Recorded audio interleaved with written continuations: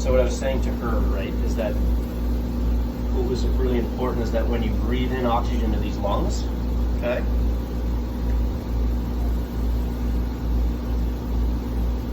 yeah, that's not exactly the most, to use the same marker, right, we're going to note it like this. It has to be taken up by the bloodstream, right? Mm-hmm. And so red blood cells that are floating by are what grabs the oxygen. So it's like an affinity type thing. It's like an attraction. Like they're going by and the oxygen molecule will be close, like a magnet. It's like it takes them in, right? So then they can attach these little oxygen molecules to their surface, and they can bring them to wherever in the body or the brain that our circulation allows, right? But with hyperbaric, when we put people under pressure, the specialized pressure levels that we use, the oxygen actually, these little molecules don't need that affinity, don't need our blood cells, they go directly into the bloodstream. And so they float around in the plasma by themselves without the need of red blood cells. But we still have that. That doesn't change the fact that we still have that. This is normal physiology. This is with hyperbaric, but now we add these together because we have it additionally. What's excellent about that is that if you have all this concentrated oxygen here, it gets pushed farther into our tissue. Like 300 to 600% for these chambers? No, not that much. But okay, like, yeah, but like, 200 to 400% deeper, or something like that, depending on the pressure levels. But it goes much, much deeper. And it depends on a lot of factors, but just way deeper. Whereas like the oxygen, carried by red blood cells, right? Out here, the red blood cell carrying oxygen isn't going to go as far. It just doesn't because there's not a pressure differential. And the size of them too. And the size of them, right? Well, the oxygen molecules are the same size. But the red blood cells, I mean, once you get to the that's actually a different mechanism. That's like, the smaller blood vessels they can't get through. Yeah, that's correct. You're exactly right. But if you just look at this mechanism in like a regular blood vessel that's the right size, this concentration pushes it further in.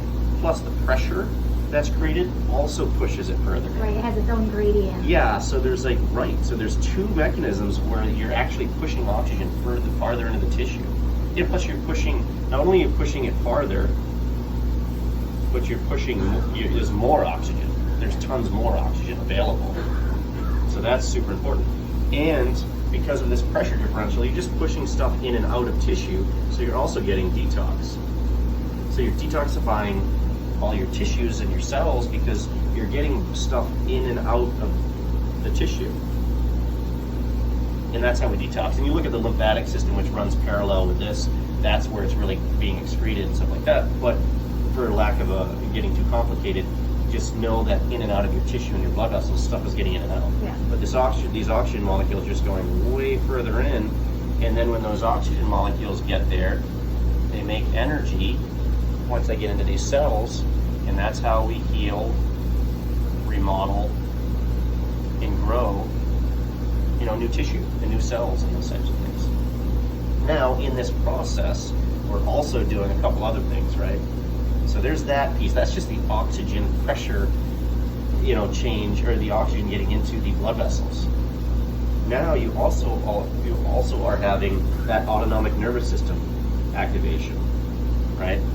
Which creates adaptability to stress in the environment. Anxiety is one way that we talk about that as human beings, but just stress is from our environment, being able to handle, and adapt to things and from day-to-day activities of daily living. And it also is really important for getting blood flow where we need it, when we need it. So this is a super important system, balances that fight or flight and that relaxation digestion system. That autonomic nervous system is something that hyperbaric regulates extremely well and actually strengthens and exercises. So once again, makes more adaptable. I was reading about that with the studies on PTSD, especially with veterans. Like that part really comes into play there. That's right. And this autonomic nervous system is controlled at the blood vessel level, but it's also in the brain. So we know hyperbaric is really healing that brain because of all these mechanisms we're talking about to heal the brain tissue. But it's also exercising these blood vessels and creating this adaptable, stronger blood vessel response when we need it, so we can get blood flow to where we need it when we need it. So if something scares you or stresses you out, you can get blood flow to where you need it, or you have to think, and you have to remember something, you can get blood flow to your brain where you need it when you need it, so you don't forget where your keys are all the time, or forget somebody's name or whatever it might be. And then of course you're releasing stem cells exponentially because of that pressure, which is important for healing, because those are, hey buddy, come on, that's okay, you're good. Thank you. It's healing it's activating those stem cells. Those are blank cells that go to, we're very important for healing, that we need for growth and rebuilding tissue. So that causes a huge release of those, which is really important. You're also getting that reduction in inflammation, which is extremely important in healing. We get it both acutely and chronically, reducing that. And that chronic inflammation is more of those genetic changes on the cells we talk about, right? It is gene therapy. Gene therapy, that's right. It's exactly right. It's gene therapy.